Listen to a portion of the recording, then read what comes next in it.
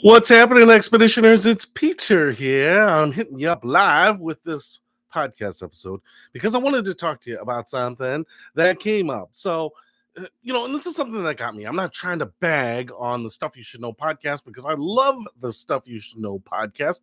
I love Josh and Chuck. It's just one of those podcasts I can always go back to. It downloads a bunch of episodes and you can kind of scroll through, see if something tickles your fancy, and just listen to that one because they cover a lot of territory. They cover a lot of different topics. So it doesn't really matter if you're a science guy or car guy or sports guy or gal or whoever, you can find something that tickles your fancy. You don't have to listen to every episode. The Harry Belafonte episode I skipped. I know who he is, just don't really hear that much. I'm not into music. But what I wanted to talk about was something that has gotten me too, but it kind of made me think about some of the other things that I think we might want to question about specifically the podcast.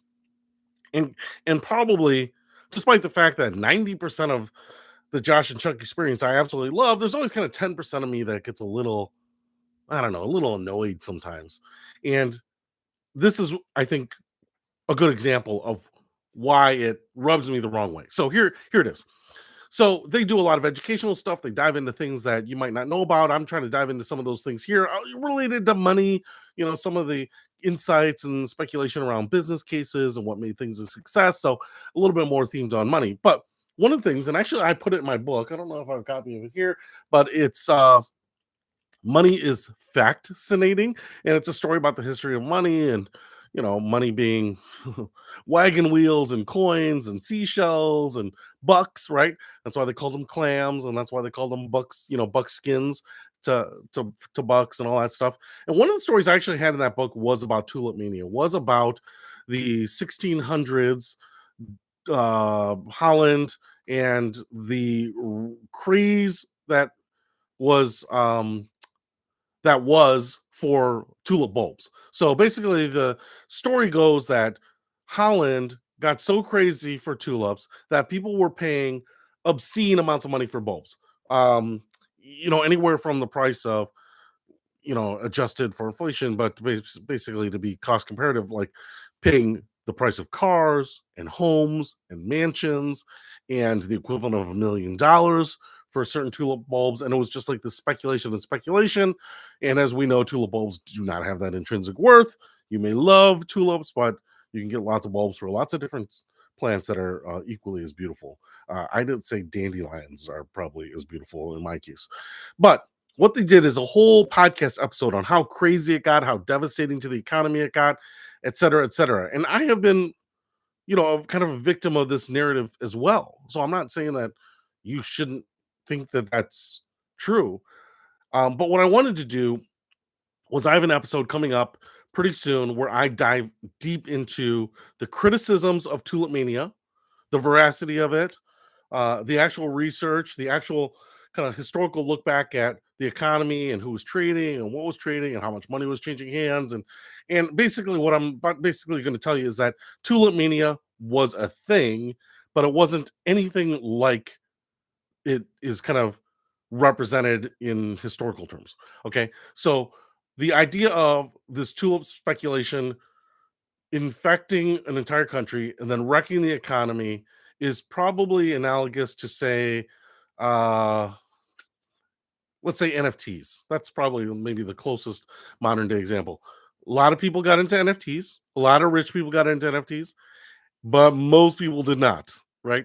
And so when the NFTs crashed, guess what? The whole economy didn't crash. But let's say that there was now 100 years past, and someone's telling the story about how NFTs ruined America's economy. That NFTs, people were paying $2 million for a picture of a bored ape, paying $2 million for a photo of a stamp, and $10 million for Gary V's NFT friends or whatever. And this was affecting all of Americans. And then when it crashed and all of this stuff had zero intrinsic value and the economy crashed, America went into deep depression, stagflation, and for decades afterwards. And we just know that's not true. In fact, the whole NFT thing kind of, I felt like, was one of those waves of like bugs that you see that kind of just drift by. You don't even feel it.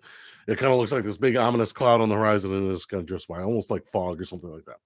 That's really what Tulip Mania ended up being.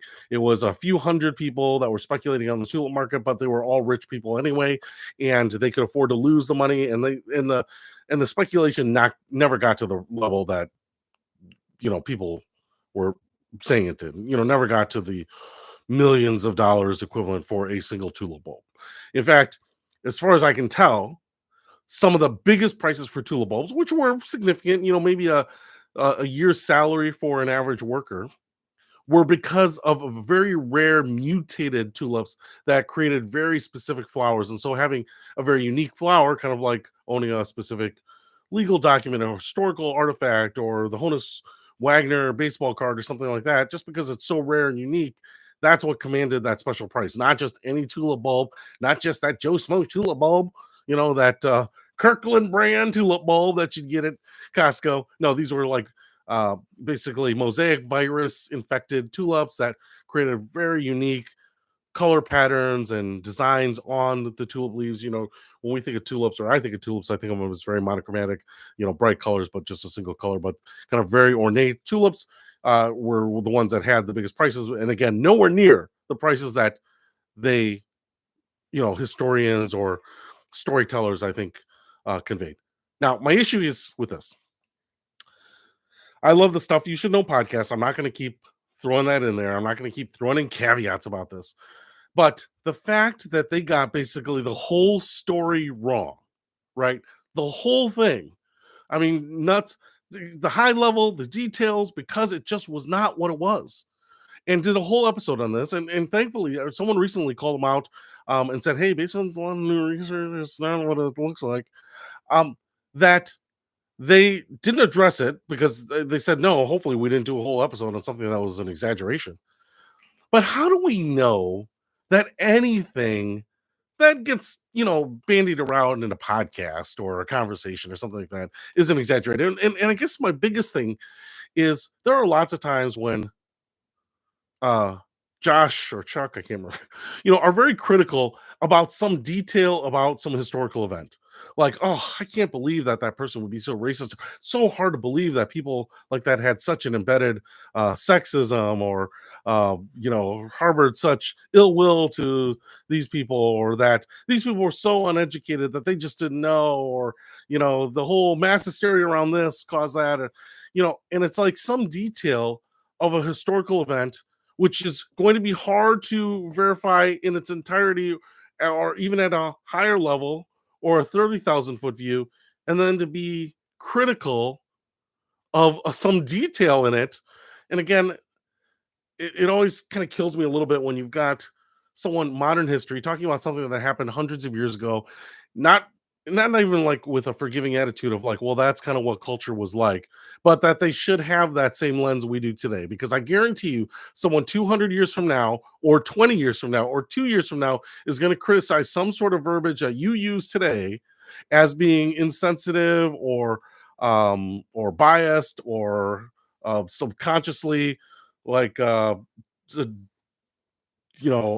derivative, or just someone is going to criticize you for something that's going to be presented as obvious, and to us it's just not an issue. And I think you know s- at some level we need to try to stop judging so much, especially when you have the capability of having a good life and good income and a good job and all that stuff, and a privileged position of just kind of reading stuff on the internet.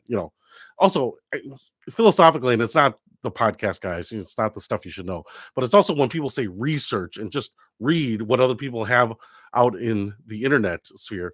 Research to me has always been like, I have some sort of theory. I'm going to go out and get people and put together an experiment or survey people. That's researching. Going out on the internet and skimming information, or uh, acquiring and consolidating information or curating information, that's not really research. That's just consolidation of information, right? That's research done by someone else, you know especially in this case where you are researching the Tulip Mania thing, and you're just reading all these articles of people basically kind of making up information.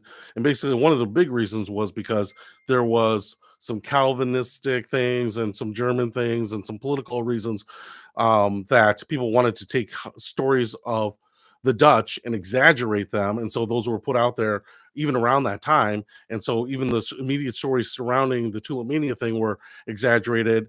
And if you were really doing research and going back and trying to find someone that was involved and, like the historical documents and going through that, that's really research. Farting around on the web for a few hours using AI or whatever, that's not really research. Let's stop calling that research. Let's call that surfing the web for information. Okay. But one of my things is just that maybe we should be like on the Stuff You Should Know podcast, be a little less eager to judge sometimes some of the details, knowing that at the top level, you're getting the whole story wrong, right? And I'm not saying that they got it wrong. I'm not saying that they don't have the right to criticize someone doing something in some story or some event in history. I'm obviously criticizing some people who are my contemporaries. But I've just heard so many of those in those stories, in some of those episodes that seem kind of judgmental. And here we are when I'm listening to an episode that it's like I thought there was going to be a reveal. They were going to kind of tell the Tulip story and then say, hey, and by the way, not in recent months, but in recent years and decades, we have come to understand that Tulip Mania was less of a mania and more of like a tulip hiccup. But it never came. It was kind of just presented as the whole thing was the crazy, crazy experience that it was, and it really wasn't. And so I just hope for all of us, we tone down a little bit of that judgmental side that we all have. I'm not saying I'm perfect. I'm not, far from it. You can see my hair. I'm not perfect. But hopefully the moment for a little self-reflection for the Stuff You Should Know podcast, I hope they actually revisit that one. I hope they kind of do a little bit of a correction because they do lots of great stuff. But that wouldn't be the only episode. I'm bringing this one up because it was fairly recent that they did that one, I think. But there have been some that have not aged particularly well. Some stuff about some of the conspiracies, which we now know are absolutely fact. So it's hard to debunk something in the negative, you know. So anyway, that's it. That's what I wanted to come out here and do the live stream on right now. And if you have a topic, especially something around finances, it doesn't have to be strict money, a business case, a scam, someone who was greedy, something that happened to a country, some sort of macroeconomic, microeconomic problem, I don't know, currency, banking, whatever it might be. I would love to dive deep into that and share kind of whatever insights I can glean and share those with you. So I'm doing a lot more of those stories.